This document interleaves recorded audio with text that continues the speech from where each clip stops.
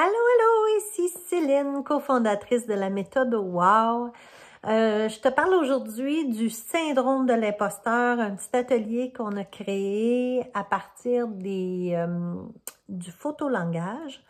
Alors, peut-être que tu vas te reconnaître dans les énoncés suivants. Peut-être que tu es du genre à te dévaloriser, tu es du genre à attribuer tes succès aux fruits du hasard. Peut-être que tu banalises tes qualités, tes forces, tes compétences. Tu te sens pas légitime pour tes tarifs. Peut-être aussi, tu sous-estimes tous tes mérites, tes acquis.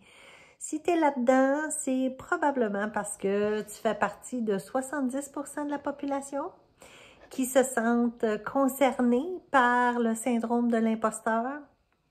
Alors, dans ce petit atelier-là, tu vas avoir des outils pour, d'un, les identifier, identifier encore plus ton syndrome, mais aussi des outils pour passer par-dessus, des outils pour t'aligner, des outils pour te redonner de l'estime de soi, des outils pour te redonner la confiance, puis surtout des outils pour identifier le syndrome de l'imposteur quand il se présente dans ta vie.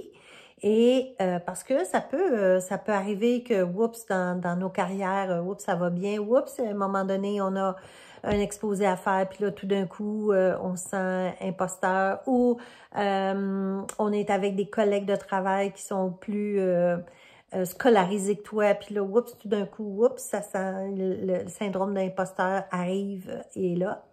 Alors, dans cet atelier-là, tu vas avoir plein de petits trucs qui vont t'outiller à passer à travers, puis surtout à en rire de ce syndrome-là, parce qu'il y a 70% de la population qui est concernée, comme je disais tantôt, puis aussi Albert Einstein en a souffert, Tom Hanks, Serena Williams, fait que c'est un phénomène qui est très répandu, mais surtout très connu.